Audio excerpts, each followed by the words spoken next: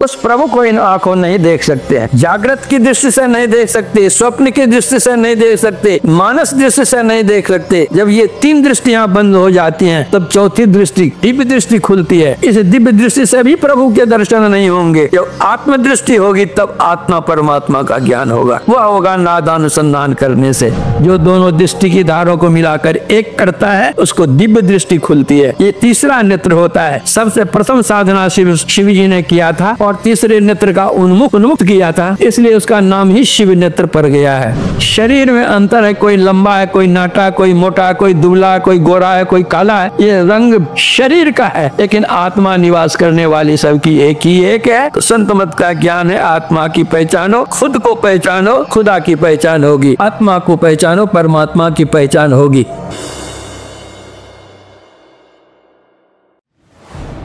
शंकर का भजन तो करता था रावण। अगर शंकर का भजन करने वाला ही राम का भक्त होता तो रावण तो इतना बड़ा भक्त था कि गला काट करके शिव जी को दे देता था। अब फिर गला जुड़ जाता था भगवान राम के काटने पर भी। तो जितना बड़ा भक्त रावण था राम का, उतना ही बड़ा दुश्मन भी था। तो शंकर का भजन करने से क्या हुआ? वह कौन शंकर? रामचरितमानस में तालव्य श और दंत स में अंतर नहीं रखा है। दंत स के ऊपर अनुस्वार क और र, शंकर। कर माने किरण, किरणों को संग करो, एक करो। कर का अर्थ अनेक होते हैं, हाथ भी होता है लेकिन किरण भी होता है। रामचरितमानस के आरंभ में यह बंदो गुरुपद कंज, कृपा सिंधु नर रूप हरि, महामोह तम पुंज, जासु वचन रवि कर निकर। वह कर।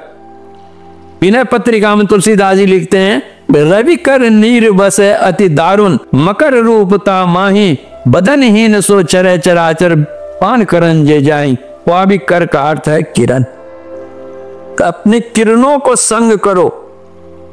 दृष्टि की जो दोनों धाराएं एक किरण हैं, इसको एक करो। शंकर का दूसरा अर्थ यह भी होता है, हम लोग कहते अमुक तो वर्ण संकर है।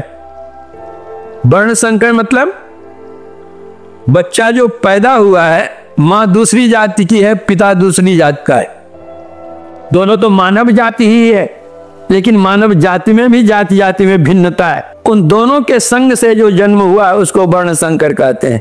तो यहाँ क्या संकर है? वर्ण संकर। यहाँ हमारी जो दोनों धाराएं हैं, दोनों धाराएं चेतन ही है, जैसे दोनों मानव ही है, लेकिन दोनों दो जाति माने एक नेगेटिव है और एक पॉजिटिव है, एक शीत धार है और एक उष्ण धार है। इस शीत धार उष्ण धार के मिलने से जो पैदा होता है वह शंकर वजन है। और अगर तालव्य श के ऊपर अनुस्वार देकर क और र हम करेंगे तो हो जाएगा शंकर। शंकर का अर्थ होता है कल्याणकारी। और दूसरा अर्थ होता है शंकर भजन। शंकर ने जो भजन किया था, शंकर ने कौन सा भजन किया था? तब शिव तीसर नयन उघारा, चितबत काम भयो जरी छाड़ा। जो दोनों दृष्टि की धारों को मिलाकर एक करता है उसको दिव्य दृष्टि खुलती है। ये तीसरा नेत्र होता है। सबसे प्रथम साधना शिव जी ने किया था और तीसरे नेत्र का उन्मुख किया था, इसलिए उसका नाम ही शिव नेत्र पड़ गया है। तो भगवान शंकर जगत के पिता हैं। हम लोग जो है उनकी संतान हैं। तो पिता को 3 नेत्र और पुत्र को 2 ही नेत्र। अरे हम लोगों को भी 3 नेत्र हैं, लेकिन उन्होंने जिस तरह से साधना करके तीसरी नयन का उन्नयन किया था, खोला था, उसी तरह हम भी साधना करेंगे, हमको भी वो तीसरा नेत्र मिल जाएगा। तो वही शंकर भजन बिना नर भगत निपावे मोर। अगर राम की भक्ति करना चाहते हैं हम, रमंती राम, जो सब में रमता है वह है राम। जिसमें योगी जन रमते हैं वह है राम। उस राम की को एक ही एक राम है। उस एक की जो हम भक्ति करना चाहें तो यह शंकर भजन करें, अर्थात दृष्टि योग की क्रिया करें। दृष्टि योग की क्रिया से दिव्य दृष्टि खुल जाएगी। हमारी यह दृष्टि बाहर की दृष्टि जो है तो चर्म चक्षु कहा, श्याम चश्म से नजर ने आवे, खोज रूह के नैना, चून चगुन बजोद न मानते सुबह नमोना ऐना। उस प्रभु को इन आंखों नहीं देख सकते हैं। जागृत की दृष्टि से नहीं देख सकते, स्वप्न की दृष्टि से नहीं देख सकते, मानस दृष्टि से नहीं देख सकते। जब ये तीन दृष्टियां बंद हो जाती हैं तब चौथी दृष्टि, दिव्य दृष्टि खुलती है। इस दिव्य दृष्टि से भी प्रभु के दर्शन नहीं होंगे। जब आत्मदृष्टि होगी तब आत्मा परमात्मा का ज्ञान होगा, वह होगा नादानुसंधान करने से। तो जो कोई अपने अंदर में नादानुसंधान की क्रिया करते हैं वह नाद निशब्दम परमम पदम जा मिल करके एक में हो जाता है, वही जीव भी मिल करके एक होता है। तभी आवागमन का चक्र छूटता है। दैहिक दैविक भौतिक इन त्रितापों से जो मानव संतप्त हो रहा है सदा के लिए मुक्त हो जाता है।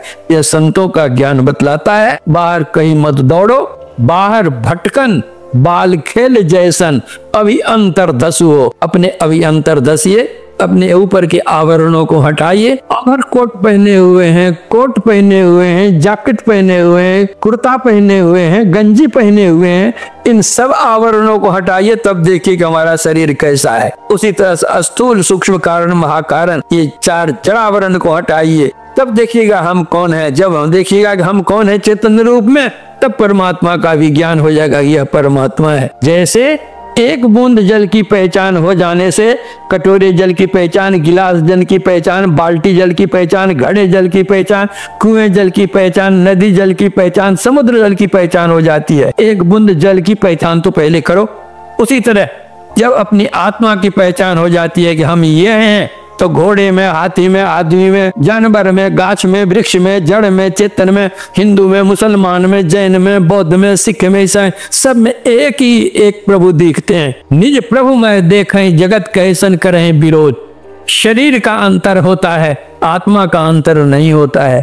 हम लोग तकिया लेकर सोते हैं रोज ना, तो तकिया का खोल कोई काला होता है, कोई पीला होता है, कोई नीला होता है, कोई हरा होता है, कोई उजला होता है, लेकिन सबके अंदर रहने वाली रूई एक ही होती है। उसी तरह से जितने शरीर हैं, चाहे चर के हो चाहे अचर के हो, हिंदू मुसलमान जैन बौद्ध सिख ईसाई कोई भी हो, शरीर में अंतर है। कोई लंबा है, कोई नाटा है, कोई मोटा है, कोई दुबला है, कोई गोरा है, कोई काला है।